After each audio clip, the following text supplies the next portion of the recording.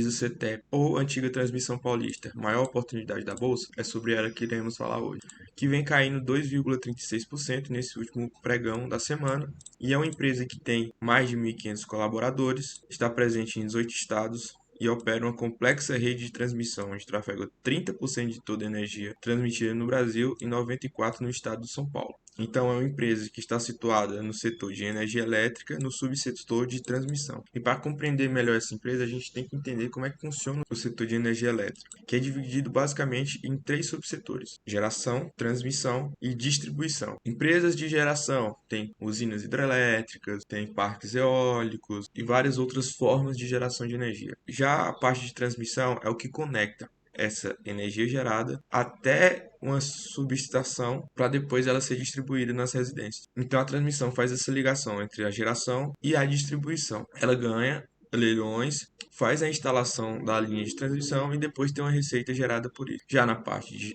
distribuição, as empresas recebem através dos pagamentos das contas de energias que você tem em sua casa. Então, entendendo os subsetores e sabendo que a linha no setor de transmissão é onde você tem uma receita e um lucro com melhor previsão, é o melhor subsetor entre as empresas de energia elétrica. Outra coisa importantíssima a se analisar uma empresa é se ela tem lucro. Se ela dá lucro constantemente e se esses lucros estão crescendo. Então, podemos ver aqui que nos últimos anos há um crescimento de lucro e há um crescimento de receita. Tivemos aqui o ano de 2016, especificamente, no segundo trimestre de 2016, um item não recorrente, que a própria ISA-CETEP colocou em seu site, que a companhia energia registrou um lucro de 4,53 bilhões, número impulsionado pela recente decisão do governo federal que indenizará em 8,6 bilhões a empresa. Mas, desconsiderando esse item não recorrente, podemos ver a evolução dos lucros da empresa. Pode-se ver que ela dá lucro há vários anos. Temos que compreender também, outra questão relevante seria os riscos, entender os riscos que essa companhia tem. Então, a ISA-CETEP, ela é controlada pela ISA, uma companhia colombiana de capital misto, controlada pelo governo da Colômbia. Então é o seguinte, o controlador da ISA-CETEP é estatal, que é o governo da Colômbia, entendeu? Porém, a empresa apresenta lucros consistentes, porém a gente tem que saber que esse controlador é um estatal da Colômbia. E outra questão, que seria na parte da TRPL4, que vamos ver também que são as ações preferenciais, que tem também as ações ordinárias, é que não tem tag along. Então, se o controlador vender essa empresa, os acionistas minoritários não podem não receber 100% do valor pago. Então, isso gera um risco maior, já que o tag along é um mecanismo de defesa para os acionistas. Mas, por exemplo, já tem as ações ordinárias, que seria a TRPL3, que apresenta esse tag along, que essas aqui são as mesmas ações que o controlador tem. Então, se você comparar as duas, tem uma diferença de cotação. Enquanto uma custa quase R$ 30, a outra custa, arredondando aqui para 22. Então, não ter esse tag along, não ter essa segurança extra em relação à empresa, faz com que isso se reflita no preço. Porém, você tem que saber dos riscos e entender se vale a pena. Se você achar que vale a pena pagar um valor maior para ter o tag along garantido, tudo bem. Mas eu prefiro correr esse risco, considerar esse risco e pagar um preço mais baixo. Analisando aqui os indicadores, podemos ver preço sobre o lucro, 6,12. Preço sobre o valor patrimonial, abaixo de 1. Isso aqui é muito importante. Quer dizer que você está pagando R$ 83 para cada R$ 100 de patrimônio que essa empresa tem. Margem líquida, absurda. É uma característica comum nas empresas do setor de transmissão, que tem uma margem líquida gigantesca. Outro indicador interessante é o ROI, que seria a rentabilidade que dá em relação ao patrimônio. Como eu estou comprando uma empresa com patrimônio abaixo de 1, então a gente pode fazer, mais interessante que esse ROI, seria o ROI ajustado, que é esse ROI em relação ao preço que eu estou pagando.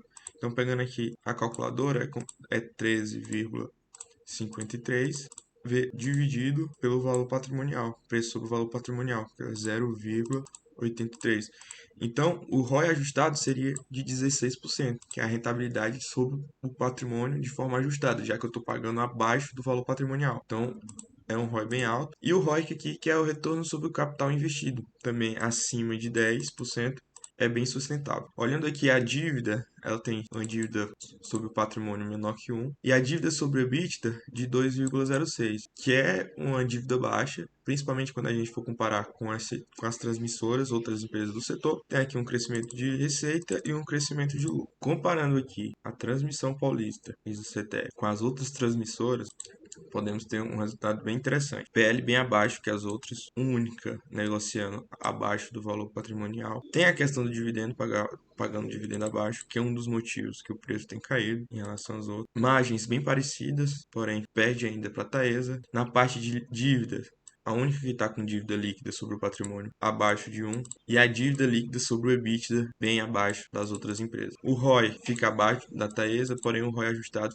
fica superior, já que a Taesa está sendo negociada a 1,7 valor patrimonial. Então aqui o ROI ajustado ficaria em torno de 10, enquanto o ROI ajustado da Transmissão Paulista, o ISA-CTEP, fica de quase 16. Então fica superior em relação aos dois. Se olharmos também aqui o gráfico de retorno ao acionista nos últimos 10 anos, ela supera essas duas transmissoras e tem, ó, já considerando o reinvestimento de dividendos, que 450% de retorno sobre o capital investido. Então, se no mês 10 de 2013 você tivesse investido R$ 1.000, hoje reinvestindo os dividendos, você teria um patrimônio de 5.500. Isso quer dizer que a Transmissão Paulista deu um retorno significante para os seus acionistas. Aqui podemos ver também a evolução de receita, que a Transmissão Paulista está crescendo, a evolução dos lucros, mas você se pergunta por que é que ela está sendo negociada às múltiplos menores em relação às outras empresas. Isso se dá por causa da Eletrobras, que tem uma participação significante na empresa, que depois que foi privatizada está reduzindo seu portfólio e indicou ao mercado que queria vender. Então, empresa na qual possui uma fatia de 35% do capital total. Então, a partir do momento que uma empresa que detém essa quantidade gigantesca de participação em outra empresa e anuncia que vai vender, isso faz uma repercussão no mercado. Porém, a Transmissão Paulista não muda nada em relação aos fundamentos. E outra questão seria o dividendo baixo, mas isso tem uma justificativa. Se você olhar aqui o dividendo, ó, o dividendo de 2022 foi abaixo dos últimos de 2018, 2019, 2020 e 2021 e ainda não foi anunciado dividendo para 2023, mas isso é referente ao investimento que a ISA vem fazendo. Então, ela teve um crescimento de investimento nos últimos anos, além de ter ganhado leilões. Então, quando ela ganha esses leilões, ela tem que montar as estruturas para depois receber sobre elas. Ó, ela até anunciou, ó, que arrematou 2 leilões e ainda o outro porque ela ficou em segundo colocado e o primeiro não pôde assumir. Então, ó, tem um investimento previsto só em relação a esses 2 lotes de 2,4 bilhões. Então, ela tem que desembolsar esse investimento e acaba diminuindo os dividendos. Mas é uma coisa que eu acho interessante mostrar. Isso aqui é os resultados do segundo trimestre. Ela vai anunciar no final desse mês os resultados do terceiro trimestre. Ela tem uma RAP projetada, que é uma receita anual permitida, de 5 bilhões e 900 milhões. Então, ó, eu vou fazer um cálculo aqui para projetar o dividendo nos próximos anos. Então, vamos supor que essa projeção se concretize e ela tem uma receita de 5 bilhões e 931 milhões. Aí a gente multiplica pela porcentagem da margem líquida dela para saber de quanto essa receita, o que realmente vai virar lucro. Então, se você pegar aqui, eu vou pegar a última margem. A gente tem um histórico, no histórico até um pouco maior, de 48, mas vou pegar essa última, 43,32. Então, multiplica por 0,43 e vamos ter um lucro de basicamente 2 bilhões e 569 milhões. Desse lucro, pegando o payout médio que ela paga, que não é um absurdo, que tem aqui as variações, porque tem períodos de investimento, tem períodos que você dá para pagar dividendos e pagar dívida. Então, isso se dá em um ciclo. Então, pegando o médio, que é de 50,33, então vamos supor que desse lucro ela distribua 50%, arredondando. Então multiplique aqui por 0,5.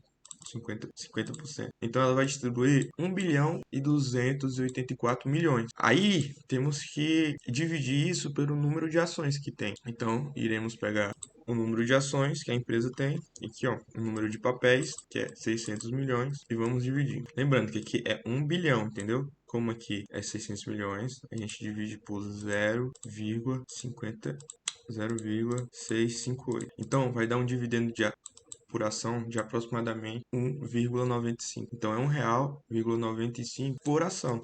Então você comprando a ação a R$ 21,93, você vai ter um dividend yield de de 8,9%. No meu cálculo de preço teto, eu faço em relação a 8. Então, por exemplo, se eu quero ter pelo menos 8% de yield, então seria o 1,95 que eu projetei de dividendo, dividido pelo 0,08, que seria o cálculo do preço teto de Basel, que daria aproximadamente R$ 24. Então, comprar a transmissão paulista Isocetep abaixo de R$ 24, isso quer dizer que no futuro você vai receber pelo menos 8% de dividend yield, isso considerando baixo, e numa empresa que tem investimento, tem crescimento, está sendo negociada abaixo do valor patrimonial. Então, é uma empresa que eu tenho em carteira e é uma empresa que eu estou investindo. Isso não é recomendação, mas se vê que é uma grande oportunidade que a bolsa está dando.